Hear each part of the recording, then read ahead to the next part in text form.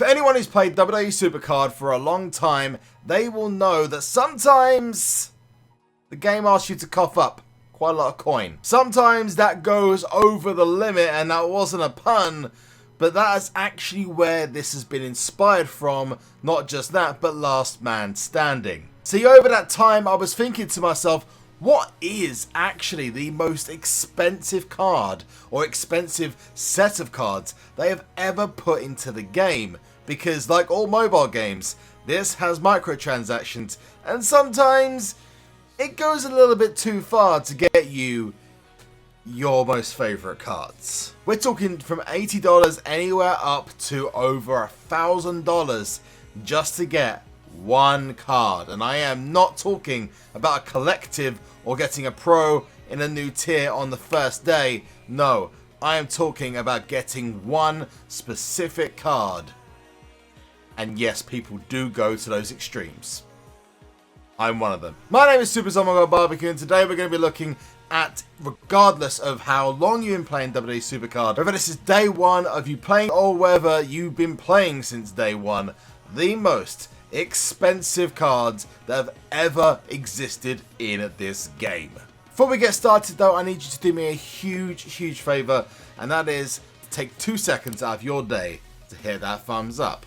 Subscribe to the channel and turn notifications on so you don't miss a single thing in the future. Now there's going to be a lot of discussion about how this is kind of being created.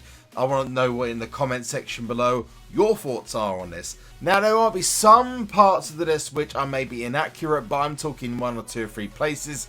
There's not going to be anything that's too different, but I will state this is an estimation based on Apple, Google Play and Amazon coins, the 3 main ways of purchasing credits in this game. One thing I'm going to clarify is this doesn't include overall purchases. So I'm not talking about you spending $2,000 on day one of a new tier to get yourself a brand new pro. That's on you. This is to obtain a single solitary card, whether that be a single or a pro, and this list will not include anything about glitches or bugs that have happened in the game which have allowed people to obtain certain cards. This is going to act as if those didn't happen. Let's start from the top of the list though, and let's talk about the Halloween cards. You may remember there was a pack from the Halloween store. If you don't, then welcome to Season 3 everyone. Sometimes it was great, sometimes it was and you'll see why in this list. Going into Season 4, a Halloween pack was released that guaranteed the highest tier of a Halloween card, and one of those, John Cena, just happened to be pretty much as good as an event card. So it was definitely one that people would have wanted to invest in. What they didn't explain is they were then going to announce Season 4 the next day, but that's not the point of this discussion. The point of this discussion is to talk about why it was so expensive. The reason: the pack on its own cost 10,000 credits, which is about $80. In physical cash, your hard-earned money to grab yourself one of those packs. Originally, these were pumpkins. You pull pumpkins off the board, you get them in King of the Ring rewards, and basically they then turned into superstars afterwards. Now I was lucky enough when I did open this to get a card I didn't already have in Braun Strowman, and I'll link the video just down here. We're going to then go to Elias Season 5 Heroic. Now, this is talking about the pro specifically, but I think I'm actually going to go to the over the limit card first. And this is very rare. This is not many people have got the full pro of this. And this was only a few weeks ago based upon this timeline. I mean, you might be watching in Season 6, Season 7, or whatever. You might be watching 20 years in the future. But this happened just recently, and is one of the reasons why I created this video. First ever over the limit had a lot of problems. The biggest one being they just asked for way too much to obtain the Heroic Pro. The normal Pro was kind of okay, but it required a lot of playing. The Heroic was another level. And estimated you had to spend somewhere in between $100 and $200 plus extra, and actually I've calculated it. If you were to use money in the bank contracts that you had to spend to get up to the level of Money in the Bank contracts you needed to get the picks for the game mode. Trust me, I'm not going to go into too much detail. It's really too confusing to discuss here, but it could go up to anything up to $300 to $400 just based off of one card. Getting the Elias otherwise was actually quite easy. Getting the normal heroic Elias, perfect. Getting a fully pro'd heroic Elias was pretty much impossible unless you were willing to open the wallet. And quite a lot too. Now with the next one, we're actually going to take a bit of a trip back. We're actually going to go to Season 1. You might remember PCC, People's Champion Challenge. Now the game mode doesn't exist anymore. When you could argue it's last man standing now, but PCC has been and gone.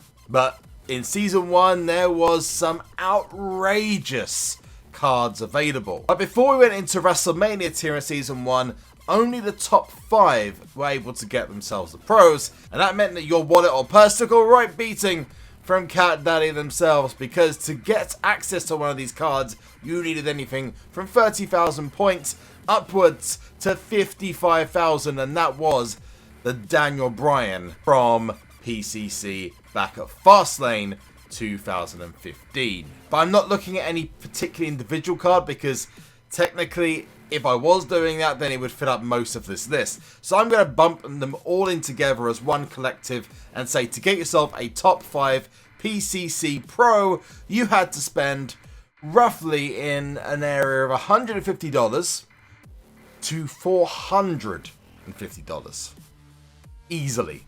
And sometimes, depending on what country you were living in, especially if you were living in the UK, it was a bit more than that, because the conversion rate's a bit iffy between the US and the UK. It did change after the original WrestleMania tier came out though, and that was where it went to the top 200, but it was a lot less credit hungry and it didn't require you to spend all that much to get them at that point. If not at all, a lot of people actually played that for free once it got to Season 2. The next one is still in Season 2. We're talking about the Undertaker.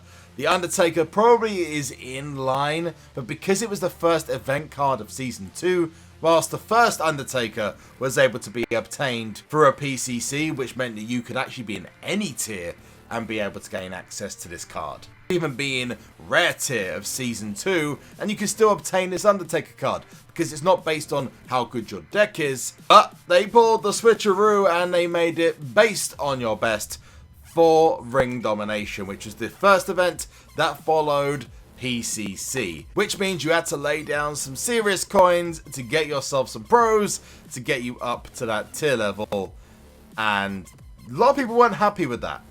The only thing keeping it from being even higher is the fact that in the beginning of Season 2, the pack prices were massively lower. I mean, half the price, more than half the price of what they are now. And that's why I've estimated it around about $150 to $350 if you wanted to obtain yourself the Undertaker Pro from Season 2, which would be the first event card that was available. Moving on up at an increased rate, we are now going to be talking about the Valentine's Day cards. Now, not those specifically, but one pack in particular really took the biscuit.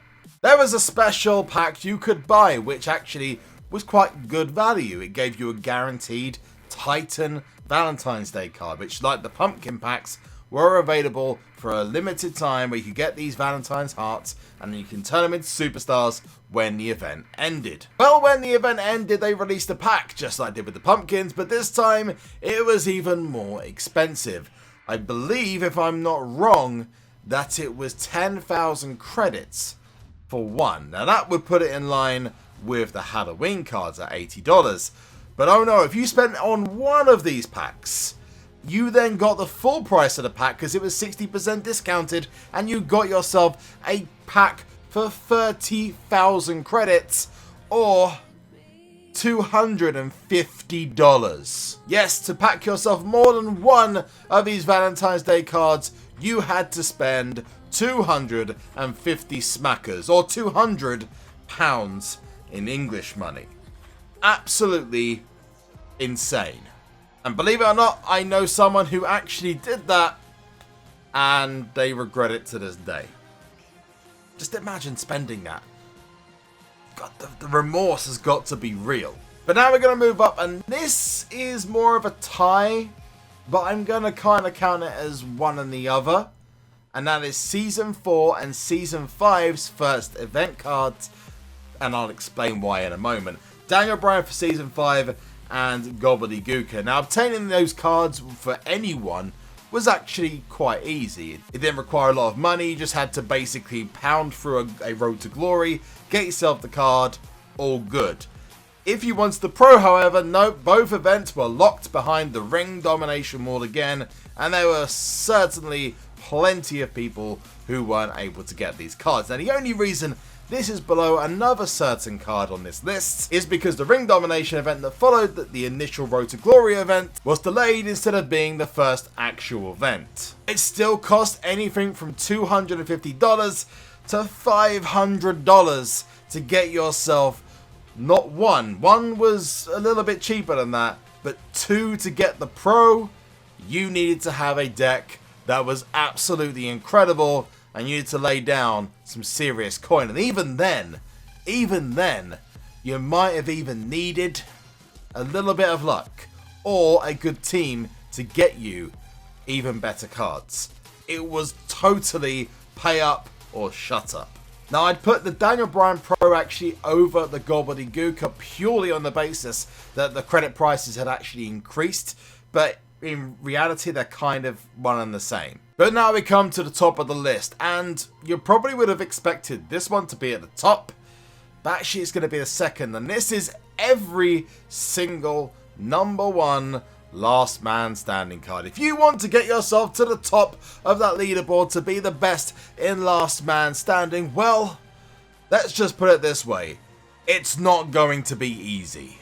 I know from personal experience, and I've spoken to many others, that it costs anything up to $800 plus to get yourself #1 spot in last man standing, which is just absolutely insane. And one of the reasons I use Amazon coins personally is for that purpose. Oh, and by the way, if you want to use Amazon coins, there is a 60% discount. Cheap plug, I know, but the details are in the description and comment section below. It doesn't make it dirt cheap, but it certainly lowers the cost, so check that link out in the description and comment section below. The worst one being The Rock, who was the most recent one, and again, one of the event cards that actually sparks my interest in this conversation you're watching today, which is probably the most expensive event bar one in this game's history. So what is the most expensive card in WWE SuperCard? Well, it comes down to a certain Mr. Bill Goldberg from Season 3. And you're probably wondering, well, why is that so special? Well, oh boy. I also just grabbed myself my rewards from the latest team event, which Stone Cold Steve Austin is a pro, by the way. Let's go to Bill Goldberg. Well, Bill was debuting in the Ultimate tier. It was the first event card. In fact, it wasn't even announced until the game was released. In fact, I think it was actually announced the day after the event had released and started late. Yes, this beautiful looking Bill Goldberg card, the first ever event card of Season 3, was a ring domination card on the first week of the game. Well, that meant that you had to spend an insane amount of money in the first weekend or week to get yourself a chance of getting this card from ring domination. Anything up to $1,000, if not more, needed to get this card in the first ring domination. The week afterwards, there was a Road to Glory, which was a little bit easier, but to get yourself a pro of the first event card of WWE SuperCard Season 3, it cost up to and over $1,000. Now, the event card image is pretty cool, but that's a lot of money. And I can't see this being beaten by any one particular card anytime soon. I think the backlash was big enough for that to be the case. Even with Last Man Standing, where you could get yourself any rank of the card, 2nd, 3rd, 10,000th, at least then you have a chance of obtaining the card, but by playing less. To make matters worse, you had no ability to pull cards off of the board, meaning you had to spend money or you didn't succeed. It was really that simple. So there we have it. Bill Goldberg is the most expensive card in WWE SuperCard ever. And probably will be forever. I would hope so anyway. Don't forget to leave your comments in the comment section, but I want to know what you guys think about this. If you've got a different opinion, or if you've seen something maybe you think is more expensive, let us know in the comments. If you can give me 2 seconds of your time and like this video as hard as you possibly can, it will just literally make my day if you do so. Subscribe to the channel if you want to see more, and turn your notifications on, just like that. Well, until next time, I have been SuperZombGBBQ. You have been awesome. And there's one last thing, and that is to